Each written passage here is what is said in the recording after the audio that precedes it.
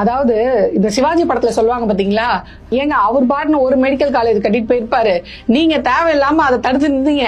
இன்னைக்கு இந்தியா பூரா இருக்கிற எல்லா மேகசைன்லயும் அவர் தாங்க ஹெட்லைன்ல இருக்காருன்னு சொல்லுவாங்களே. சோ அந்த மாதிரி இன்றைய பாஜக அரசு 2028க்குள்ள மாநில அரசுகள் இருக்க எல்லா உரிமையும் காலி பண்ணிட்டு எதிர்கட்சியே இல்லாத ஒரு ஆட்சியை கொண்டு வரணும் அப்படின்னு ஒரு சதித்திட்டத்தை போட்டாங்க. இன்னைக்கு அந்த சதித்திட்டத்துக்கு எதிராக இந்தியாவில இருக்க ஒட்டுமொத்த மாநில முதல்வர்களையும் ஒன்று திரட்டி அவங்களுக்கு எதிராக நிக்க வைக்க போறாரு. அந்த வேலையை தான் இன்னைக்கு தமிழக முதல்வர் ஸ்டாலின் அவர்கள் செஞ்சிருக்காங்க.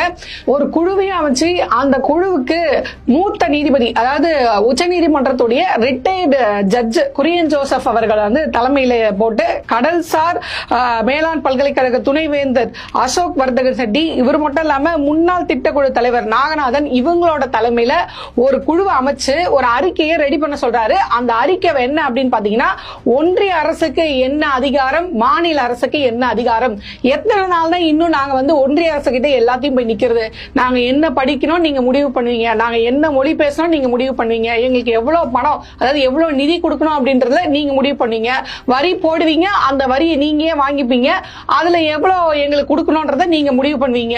இப்படி பல உரிமையை உங்ககிட்ட போராடிட்டே இருக்கணும். இது இல்லாம தலைவலியா நீங்க ஆளுநர்ன்ற பேர்ல உங்க ஆளை இங்க அனுப்புவீங்க. அவங்க நாங்க எங்க மக்களுக்கு என்ன தேவைன்னு முடிவு பண்ணி சில சட்ட மசோதாக்களை கொண்டு வந்தா அது நான் யாருன்னு சொல்லல, நீங்களே கெஸ் பண்ணிக்கங்க.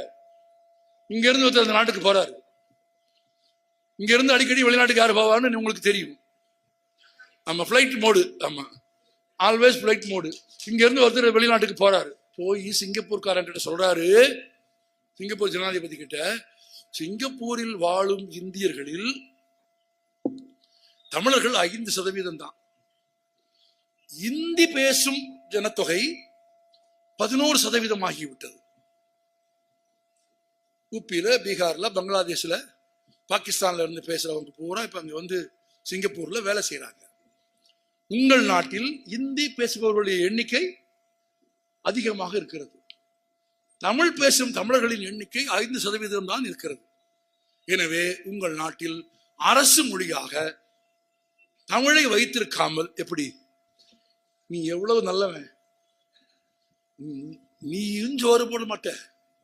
எங்க ஊர்ல கிராமத்துல வேற பழமொழி சொல்லலாம், அதுக்கு நீங்க சொல்ல முடியாது மேடையில. ஆமா, அவ்வளவுதான், நீங்க புரிஞ்சுக்கங்க. நீங்களே நம்ம மேடையில சொல்ல முடியாது. நீயும் என் மொழிக்கான இடத்தை கொடுக்க மாட்ட, எனக்கு பணம் தர வேண்டிய பணத்தை தர மாட்ட. அங்க போய் சிங்கப்பூர் அரசாங்கத்துக்கிட்ட மிக குறைவான எண்ணிக்கையில் தானே தமிழர்கள் இருக்கிறார்கள். எனவே உங்கள் ஆட்சி மொழிகளில் ஒன்றாக தமிழை எடுத்துவிட்டு